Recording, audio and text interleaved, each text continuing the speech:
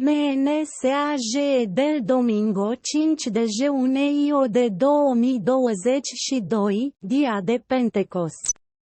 Primer domingo de mes, directa Facebook OLIVETOCITRA, SA, Italia. San Juan Apóstol.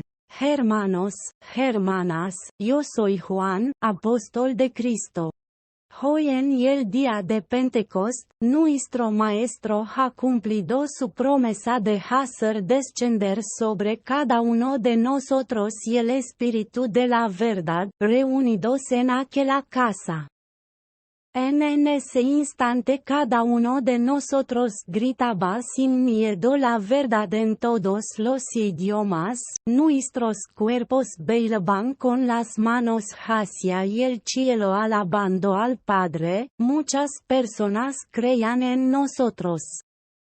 Otras en cambio trataban con todos los medios de detenernos, pero la presencia del Espíritu era muy poderoso, los recazó. Desde ese día los apóstoles de Cristo llevamos adelante la misión que nuestro Maestro nos ha encomendado, subiendo a esa cruz. María nos guió paso a paso y nos ayudó para que el Espíritu del Padre no nos faltaba a nosotros, hermanos y hermanas, también ustedes no dejen que falte el Espíritu en ustedes. Para que vuestra palabra sea siempre fuerte.